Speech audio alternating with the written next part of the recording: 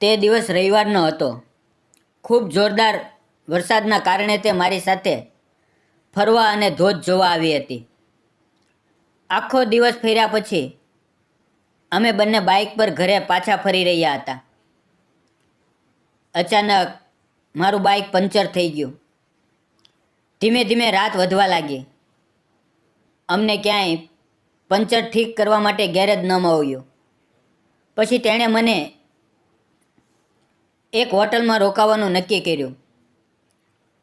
અમે બંને હોટલમાં ગયા અને એક રૂમ બુક કર્યો. રૂમમાં જઈને અમે ફ્રેશ થયા. ટીવી પર એક ફિલ્મ ચાલી રહી હતી. અમે એકબીજાનો હાથ પકડી લીધો અને તો નમસ્કાર મિત્રો, મારું નામ સંદેશ છે. મારી ઉંમર 28 વર્ષની છે. હું એક ગામનો રહેવાસી છું.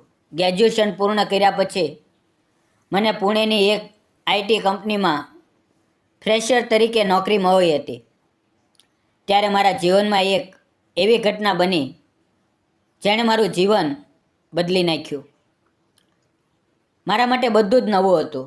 શહેર, ત્યાંના લોકો, ઓફિસ અને મારું પોતાનું જીવન. અઠવાડિયા દરમિયાનની દોડધામમાં ફક્ત રવિવાર એક એવો દિવસ હતો જ્યારે થોડી શાંતિથી સમય મળતો. પણ તે રવિવાર કંઈક અલગ જ થવાનો હતો. તે દિવસે પુણેમાં ખૂબ જોરદાર વરસાદ થયો હતો. હવે વરસાદ થોડો ઓછો થયો હતો. વરસાદના કારણે પુણેના ઘણા ધોધ પાણીથી ભરાઈને વહેવા લાગ્યા હતા. હવામાં ઠંડક અને ભેજ હતો.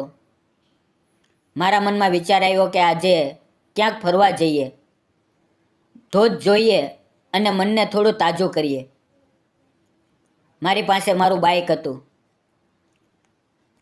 સિંહગઢની પાછળની બાજુએ એક ખૂબ જ સુંદર અને ઓછા લોકોને ખબર હોય તેવી જગ્યા હતી.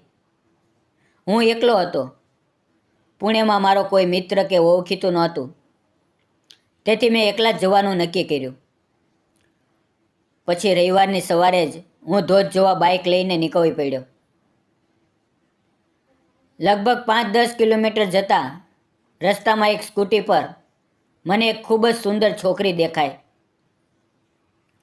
તેણે ખૂબ સારો ડ્રેસ પહેર્યો હતો. તેના લાંબા સીધા કાળા વાળ હવામાં ઉડી રહ્યા હતા. તેનો રંગ ગોરો હતો. મને તેની એક ઝલક જ મળી, પણ પહેલી જ નજરે તે મને ખૂબ ગમી ગઈ. પરંતુ તે પછી ક્યાંય દેખાઈ નહીં. ખબર નહીં ક્યાં ગાયબ થઈ ગઈ. હું સિંહગઢના ધોધ પર પહોંચી ગયો. ત્યાંનું વાતાવરણ એકદમ સ્વર્ગ જેવું હતું. ચારે બાજુ લીલીછમ વાદીઓ, ધોધનો અવાજ, આકાશમાં વાદળો અને અચાનક ત્યાં મેં તેને ફરી જોઈ. જે છોકરી રસ્તામાં દેખાઈ હતી તે જ છોકરી ફરી મારી સામે હતી. હળવો વરસાદ થઈ રહ્યો હતો. તેના વાળ થોડા વિખરાઈ ગયા હતા. તેની આંખોમાં એક અલગ જ ચમક હતી. તે એકલી હતી અને પોતાના ફોટા ખેંચી રહી હતી. મારું ધ્યાન તેની તરફ જ હતું, પણ મેં તેની સાથે કંઈ બોલ્યું નહીં. હું પ્રકૃતિનો આનંદ માણી રહ્યો અને તેને પણ જોતો રહ્યો. ધોધ જોઈને હું બીજા ધોધ તરફ ગયો. ખૂબ ફર્યો, ભુટ્ટો ખાધું અને વરસાદમાં ભીંજાઈને મજા લીધી. એક સ્ટોલ પર બેસીને બપોરનું ભોજન કર્યું અને લગભગ 1 કલાક સુધી ફરતો રહ્યો. હવે બપોરે આશરે 3 વાગ્યે હું પાછો ફરવા લાગ્યો. રસ્તામાં તે છોકરી ફરી દેખાઈ. તે પોતાની બેગમાં કંઈક શોધી રહી હતી. બેગ ખુલ્લી હતી અને તે એકલી હતી. મને લાગ્યું કે કદાચ તેને મદદની જરૂર છે. તેથી મેં બાઇક રોકીને પૂછ્યું, સોરી, કોઈ મદદ જોઈએ?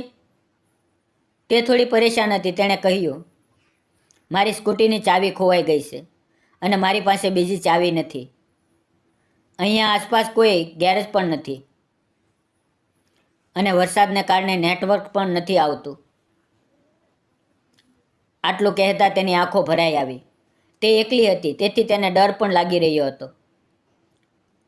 મારા મનમાં તેના માટે કોઈ ખોટો ઈરાદો નહોતો. મેં પૂછ્યું, તમારે ક્યાં જવું છે? તેણે કહ્યું સ્વારગેટ. મેં કહ્યું ચાલો હું તમને મૂકી દઉં. પણ તેણે કહ્યું મારી સ્કૂટી અહીં કેવી રીતે છોડું? મને સમજાતું નહોતું કે શું કરું. હું બાઇક પરથી ઉતર્યો. તેની સ્કૂટી જોઈ હેન્ડલ લોક નહોતું,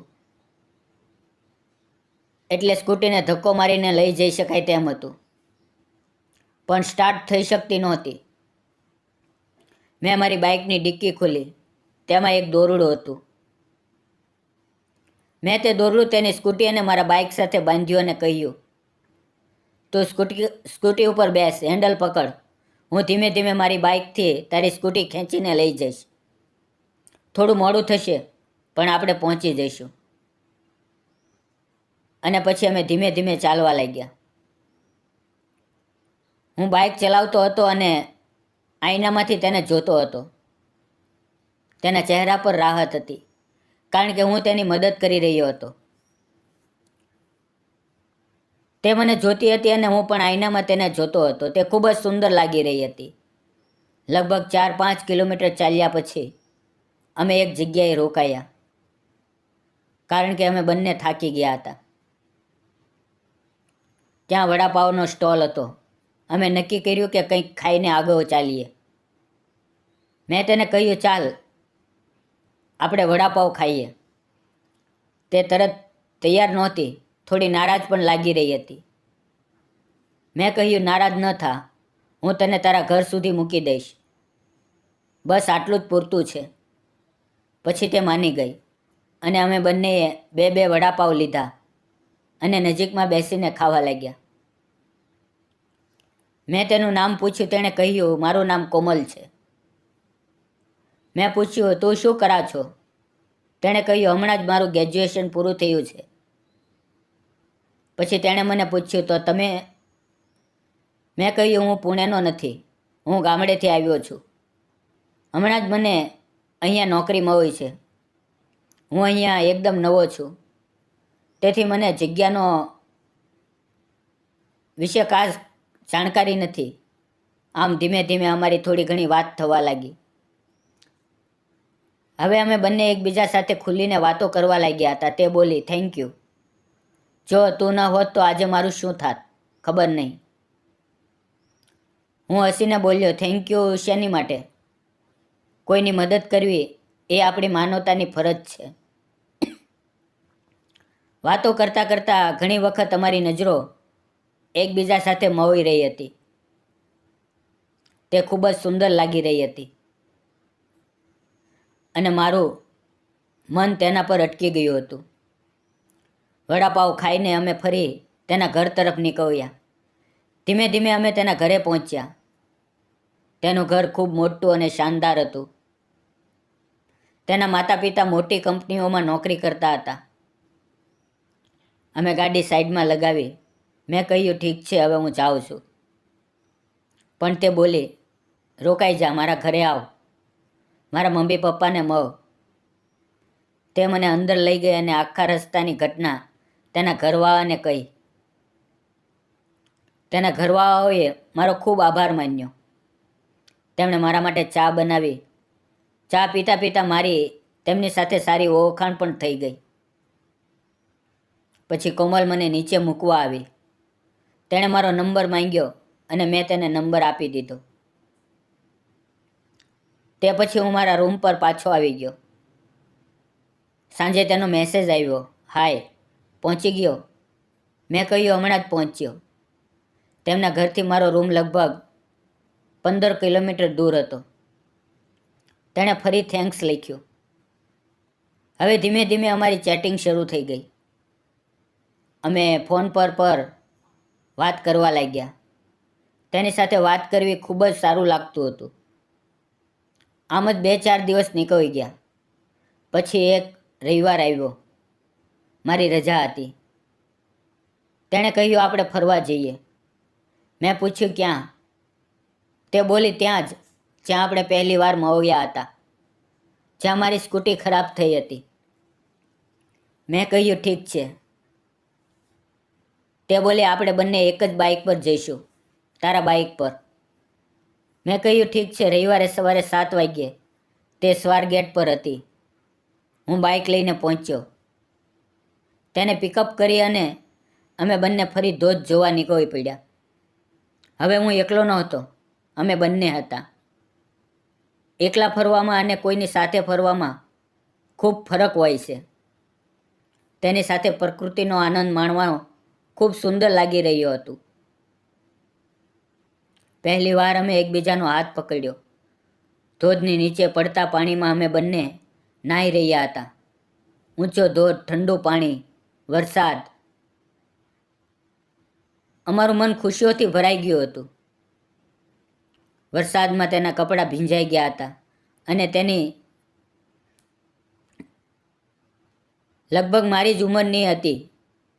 તેના કપાળ પરથી પડતા પાણીના ટીપાં તેના નાકે થઈને તેના હોઠ સુધી સરકી રહ્યા હતા. હું તેની આંખોમાં જોતો હતો. તે મારી આંખોમાં જોતી હતી. તે પળનો આનંદ જ અલગ હતો. તે બોલી, તારી સાથે ફરવામાં ખૂબ મજા આવે છે. મેં કહ્યું, મને તો તારી સાથે તારા કરતાં પણ વધુ મજા આવે છે. તારા જેવો મિત્ર, અને તે પણ પહેલી મુલાકાતમાં આટલી નજીક. પુણેમાં મારું કોઈ નહોતું, પણ તે મને ખૂબ ખુશી આપી. થોડી વાર ધોધમાં મસ્તી કર્યા પછી ભૂખ લાગવા લાગી. અમે ઉપર આવ્યા અને ફરી બાઇક ઉપર બેઠા. કંઈક ખાવાની શોધમાં અમે નીકળી પડ્યા. તે મારી પાછળ બેઠી હતી. હળવો વરસાદ થઈ રહ્યો હતો. અમે બંને ભીંજાઈ ગયા હતા અને ઠંડી લાગી રહી હતી. ત્યારે તેણે ધીમે ધીમે મને ગળે લગાડી અને પોતાનો પ્યારો ચહેરો મારા ખંભા પર ટેકવી દીધો. એ જ રીતે મારા હૃદયમાં પ્રેમની લાગણી ભરાઈ આવી. હું બાઇક ઝડપથી ચલાવવા લાગ્યો. તેનો સ્પર્શ મારા ગાલને અડી રહ્યો હતો અને તેની સાથે બાઇક પર બેસવાનો આનંદ આવી રહ્યો હતો. થોડું આગળ જતાં અમને એક હોટલ દેખાઈ. અમે ત્યાં ચેન્જિંગ રૂમમાં ગયા, કપડાં બદલ્યા અને પછી હોટલમાં બેસી ગયા. અમે બંનેએ હોટલમાં ખાવાનું ઓર્ડર કર્યું. બંનેએ ખૂબ આનંદથી ખાવાનું ખાધું. ખૂબ સંતોષ થયો. આ અમારી બીજી જ મુલાકાત હતી અને આટલા આનંદદાયક અનુભવના કારણે અમે બંને ખૂબ ખુશ હતા. કદાચ અમે બંને એકબીજાના પ્રેમમાં પડી ગયા હતા. ખાવાનું ખાઈને અમે પાછા ફરવાના હતા. હવે સૂરજ ઢળવા લાગ્યો. તે મારી પાછળ બેઠી હતી. અમે હવે ઘરે જવા લાગ્યા. થોડું આગળ જતાં અચાનક મારું બાઇક પંચર થઈ ગયું. રસ્તો સુમસાન હતો. અંધારું વધવા લાગ્યું. તે મારી સાથે હતી, તેથી મને થોડો ડર લાગી રહ્યો હતો. હું એકલો હોત તો કદાચ ડર ન લાગત, પણ મારી સાથે એક જવાન છોકરી હતી અને તે રસ્તો થોડો ડરામણો પણ હતો. તે રસ્તા પર ક્યારેક ચોરી વગેરે થતી હતી. અમે બંને બાઇક પરથી ઉતર્યા અને બાઇકને ધક્કો મારતા આગળ વધવા લાગ્યા. વચ્ચે અમને કંઈ ન મળ્યું, ન ગેરેજ, ન કોઈની મદદ. અમે કદાચ 2 થી 2.5 કિલોમીટર ચાલ્યા. પણ તે ખુશ હતી, કારણ કે તેને મારો સહારો અનુભવાતો હતો. મેં તેને પૂછ્યું, હવે શું કરવું? તેણે કહ્યું, જોઈએ, જો ક્યાંક ગેરેજ ખુલ્લું મળે, નહીં તો ક્યાંક રોકાઈ જઈએ. થોડું આગળ ચાલ્યા પછી અમને એક હોટલ દેખાઈ. ત્યાં રહેવાની સુવિધા હતી. પછી અમે વિચાર્યું કે આજની રાત અહીંયા જ રોકાઈએ. તે પણ તૈયાર થઈ ગઈ. તેણે ફોન કરીને ઘરે કહ્યું, હું આજે આવી શકીશ નહીં. અમારું બાઇક પંચર થઈ ગયું છે. તેમના ઘરવાળા ભણેલા ગણેલા હતા, તેથી તેમણે સમજી લીધું. પછી અમે બંને તે હોટલમાં ગયા. અમે એક રૂમ બુક કર્યો. રૂમ ખૂબ સુંદર હતો. અમે બંને અંદર ગયા, ફ્રેશ થયા. આખો દિવસ ફરવાના કારણે થોડી થાક લાગી રહી હતી. 5-10 મિનિટ આરામ કર્યા પછી હોટલમાંથી ખાવાનું ઓર્ડર કર્યું. હવે રાત વધવા લાગી. આશરે 9:30 વાગ્યા હશે. રૂમમાં ટીવી હતું. ટીવી પર મેં એક ફિલ્મ લગાવી. અમારા હાથ એકબીજાના હાથમાં હતા. અમે બંને એકબીજા તરફ ફરીને જોવા લાગ્યા. અમારી નજરો મળી. અમે એકબીજાને ગળે લગાડ્યા. તે પળ અમારા માટે ખૂબ આનંદમય હતી. સવારે નાસ્તો અને ચા કર્યા પછી અમે ત્યાંથી ચેકઆઉટ કર્યું. ત્યાંના મેનેજરને પૂછ્યું, અહીંયા આસપાસ કોઈ પંચર ઠીક કરવાની જગ્યા છે? તેણે કહ્યું, અહીંથી અડધો કિલોમીટર આગળ એક ગેરેજ છે. પછી અમે બાઇક લઈને ગેરેજ પર ગયા. પંચર ઠીક કરાવ્યું અને તેને ફરી બાઇક પર બેસાડી. અમે બંને પોતપોતાના ઘરે જતા રહ્યા. હવે અમારી વચ્ચે ખૂબ વાતો થવા લાગી. બંનેને એકબીજા વગર સારું નહોતું લાગતું. પછી અમે આમ જ મળતા રહ્યા. વારંવાર મુલાકાતો થતી રહી. એકબીજા પર પ્રેમ વધતો ગયો. પછી તેણે પોતાના માતા પિતાને કહ્યું, મને સંદેશ સાથે પ્રેમ છે. મારે તેની સાથે લગ્ન કરવા છે. તે ખૂબ સારો છે. તેનું ઘર પણ સારું છે. પછી તેના માતા પિતાએ મને બોલાવ્યો અને પૂછ્યું, શું ખરેખર તને તેની સાથે પ્રેમ છે? મેં કહ્યું, હા, મને ખરેખર તમારી દીકરી સાથે પ્રેમ છે. હું તેને ખૂબ ખુશ રાખીશ. પછી તેમણે મારા માતા પિતા સાથે સંપર્ક કર્યો. તેઓ મળવા આવ્યા.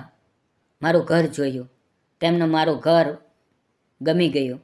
બંને પરિવારોએ મળીને લગ્નની તારીખ નક્કી કરી અને અમારા લગ્ન થઈ ગયા. ત્યાં સુધી મારો પગાર પણ ખૂબ સારો વધી ગયો હતો. હવે અમે પુણેમાં અમારો ફ્લેટ લઈને રહીએ છીએ અને એક સુંદર જીવન જીવીએ છીએ. મિત્રો, અમને અમારી પહેલી મુલાકાત આજે પણ યાદ આવે છે. તે દિવસે ખૂબ આનંદ મળ્યો હતો અને આજે પણ તે મને એ જ રીતે પ્રેમ કરે છે. ક્યારેક એક નાની મદદ આખી જિંદગીનો પ્રેમ આપી જાય છે. જિંદગીમાં કેટલીક એવી પળો આવે છે જ્યાં દિલ અને હાલાત બંનેને સમજવું જરૂરી હોય છે. અમે બંનેએ જે કર્યું તે પળની લાગણીઓમાં વહીને કર્યું હતું. સાચું ખોટું તેનો નિર્ણય હંમેશા હાલાત પર આધાર રાખે છે. જ્યારે નિયત સાફ હોય, દિલમાં સન્માન હોય અને સંબંધ સાચા પ્રેમમાં બદલાઈ જાય તો તે પળ ખોટી નથી કહેવાતી. અસલી વાત એ છે કે તે ભાવનાત્મક પળને નિભાવવી જોઈએ, તેને ઇજ્જત આપવી જોઈએ અને તેને હંમેશા એક સાચા સંબંધમાં બદલવી જોઈએ. અમે બંનેએ જે કર્યું તે સાચું હતું કે ખોટું, તમને શું લાગે છે? કોમેન્ટમાં જરૂર જણાવજો. જો આ વાર્તા તમને ગમી હોય તો વિડીયોને લાઇક, શેર અને ચેનલને સબસ્ક્રાઈબ કરવાનું ભૂલશો નહીં. ફરી મળશું મિત્રો આવતીકાલે એક નવી વાર્તામાં. ત્યાં સુધી આવજો. વિડીયો પૂરો જોવા બદલ આપ સૌ મિત્રોનો ખૂબ ખૂબ ધન્યવાદ.